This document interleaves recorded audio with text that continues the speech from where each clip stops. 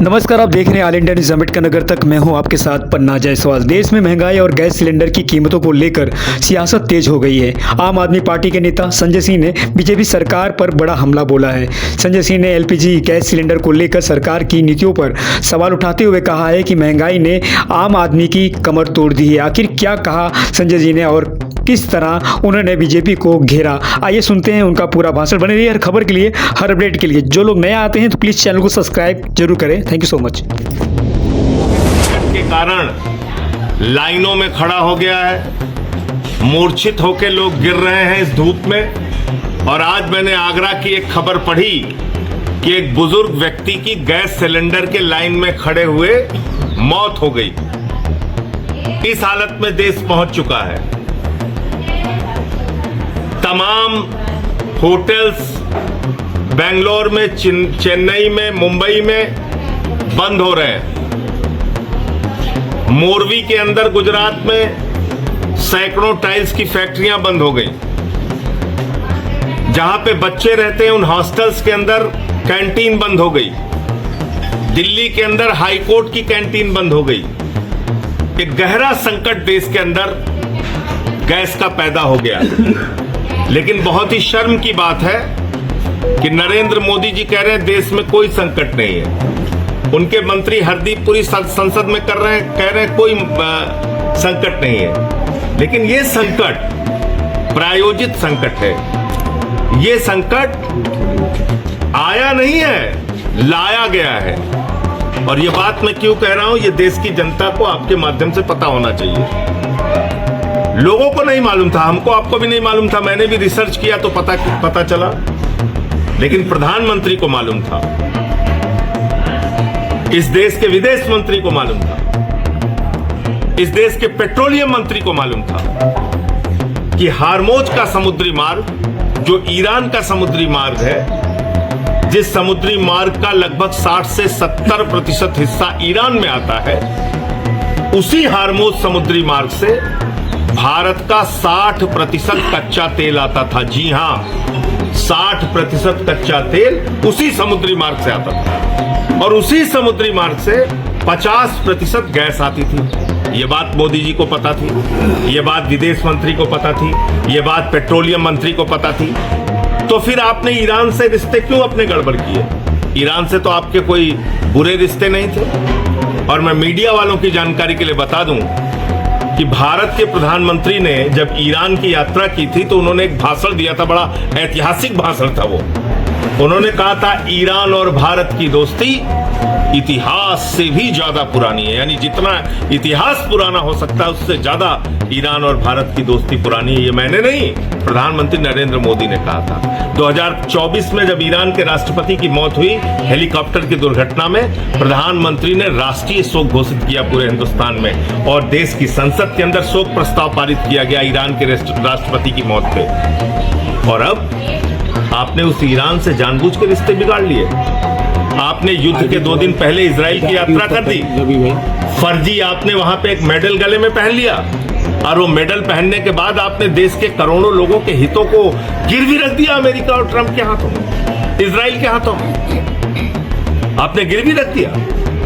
आप खामेनेई की हत्या पे नहीं बोले, आप 160 बच्चियों की स्कूलों की बच्चियों की मौत पे नहीं बोले।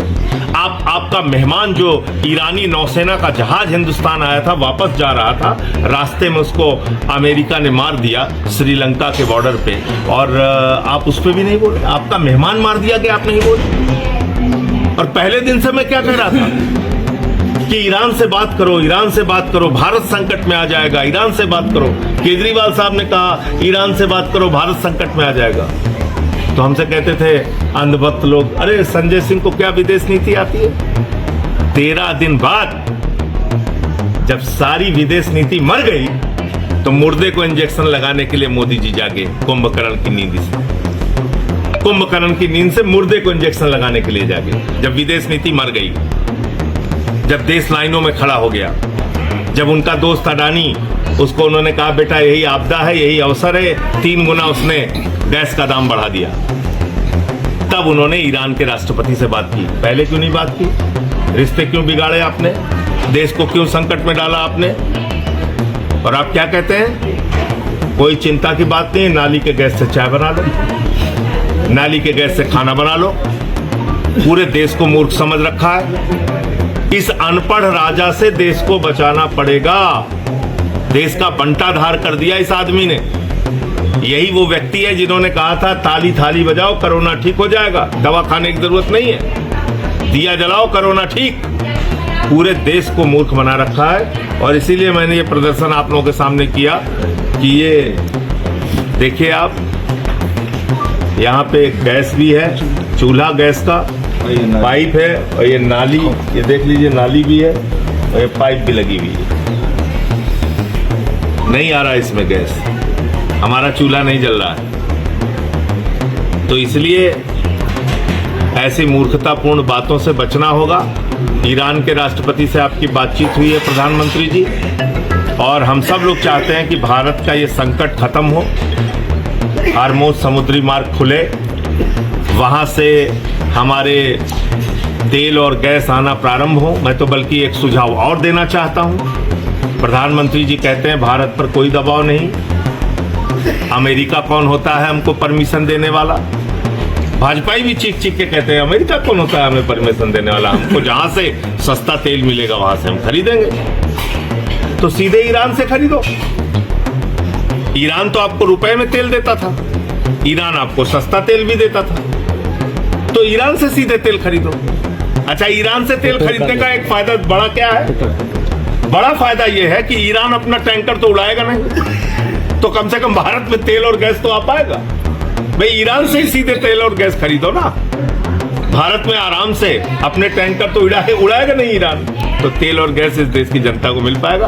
भारत के हितों का ख्याल रखिए, अमेरिका, ट्रंप और इजराइल की चमचागिरी ना कीजिए। प्रधानमंत्री, मुझे इतनी बात कहनी थी। आपका कोई सवाल हो तो मोदी जी एक आज ही हुआ है कि कुछ तेल के टैंकर वगैरह वहाँ उस रास्ते से और मुझे रास्ते से आने की परमिशन मिली है, ऐसा बताया गया है। बहुत अच्छी बात है। मुझे भी पता चला है कि कल जो बातचीत हुई है, विदेश मंत्रालय के प्रवक्ता ने कहा है कि विदेश मंत्री की ईरान के विदेश मंत्री से बात हुई है और इससे अधिक हम कुछ नहीं कहना चाहते। ये विदेश मंत्रालय के प्रवक्ता का बयान था। फिर अभी मैं एक खबर पढ़ रहा था कि 2 जहाजों को आने दिया है ईरान ने ही तो ईरान ने ही 24, वही मैं कह रहा हूँ, 2 जहाजों को आने दिया। 24 जहाज अभी भी भारत के फंसे हुए हैं, ये विदेश मंत्रालय का कहना है। और जो एक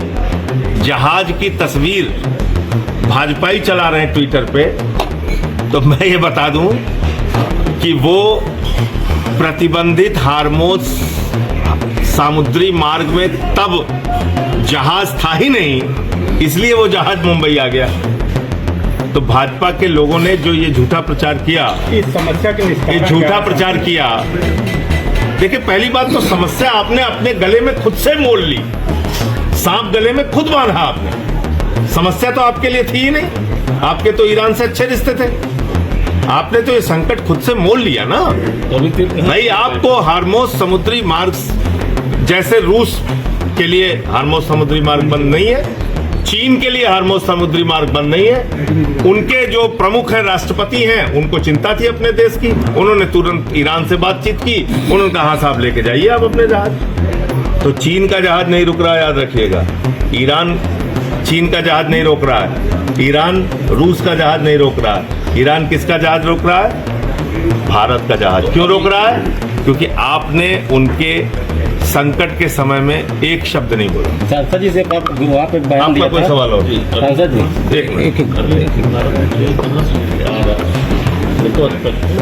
अगर आ रहा होता तो लाइन में क्यों खड़े रहते लोग? तो अभी तो कितना गैस का जो संकट है वो ये इसी वजह से है कि अभी हमारा तेल और गैस निर्बाध रूप से आना शुरू नहीं हुआ। सांसद जी आपने राज्यसभा में बोला मोदी जी कहाँ पर गुफा में छुपे हैं, क्यों नहीं आ रहे, क्यों नहीं आ रहे, पर क्या कहेंगे?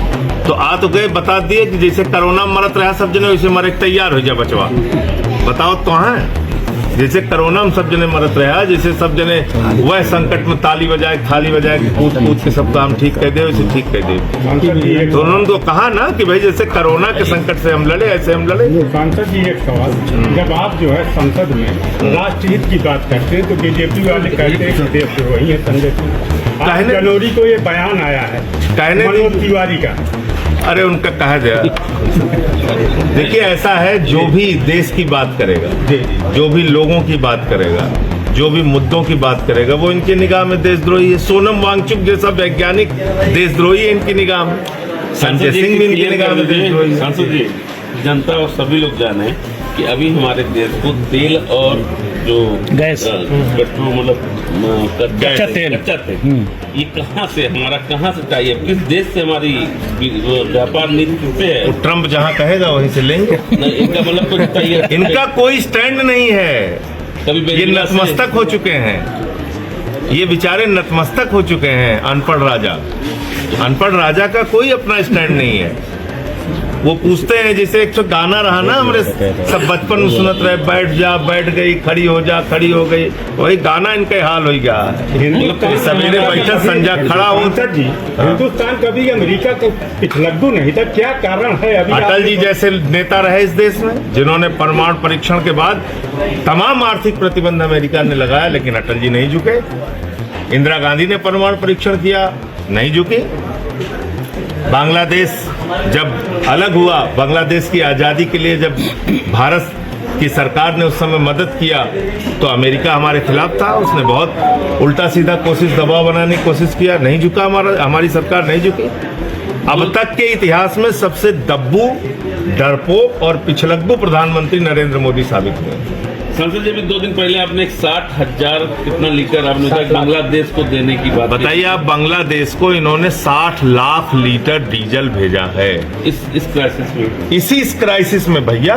बिग वन के 60 लाख लीटर तेल बांग्लादेश को भेजा है। और आप लोगों से कहते हैं बांग्लादेशी घुसपैठियों से हमें लड़ना है, कहते नहीं कहते जी?